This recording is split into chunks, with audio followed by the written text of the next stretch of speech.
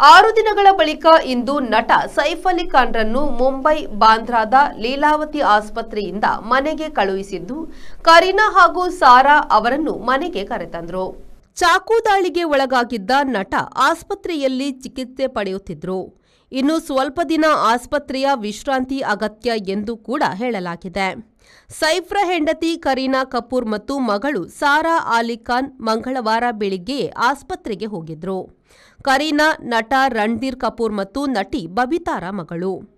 ಸಾರಾ ಅಲಿ ಖಾನ್ ನಟ ಸೈಫ್ರ ಮೊದಲ ಮಡದಿ ನಟಿ ಅಮೃತಾ ಸಿಂಗ್ ಮಗಳು. ಅಮೃತಾ ಸಿಂಗ್ ಸೈಫ್ಗಿಂತ ಹಿರಿಯರಿದ್ರು. ಮೊದಲು ಆಸ್ಪತ್ರೆಯಿಂದ ಬಿಡುಗಡೆ ಮಾಡಿದರೂ ಕೂಡ ಕೆಲವರ ಸಲಹೆಯಂತೆ ಇನ್ನೂ ಕೆಲ ದಿನ ಆಸ್ಪತ್ರೆಯಲ್ಲಿ ಇರುವುದೇ ಮೇಲು ಎಂದು ತಿಳಿಸಲಾಗಿದೆ. ಅದರಂತೆ ಕರೀನಾ ಮತ್ತು ಸಾರಾ ಸೈಫ್ರನ್ನು ಒಪ್ಪಿಸಿ ಮನೆಗೆ ವಾಪಸಾದರು ಎನ್ನಲಾಗಿದೆ.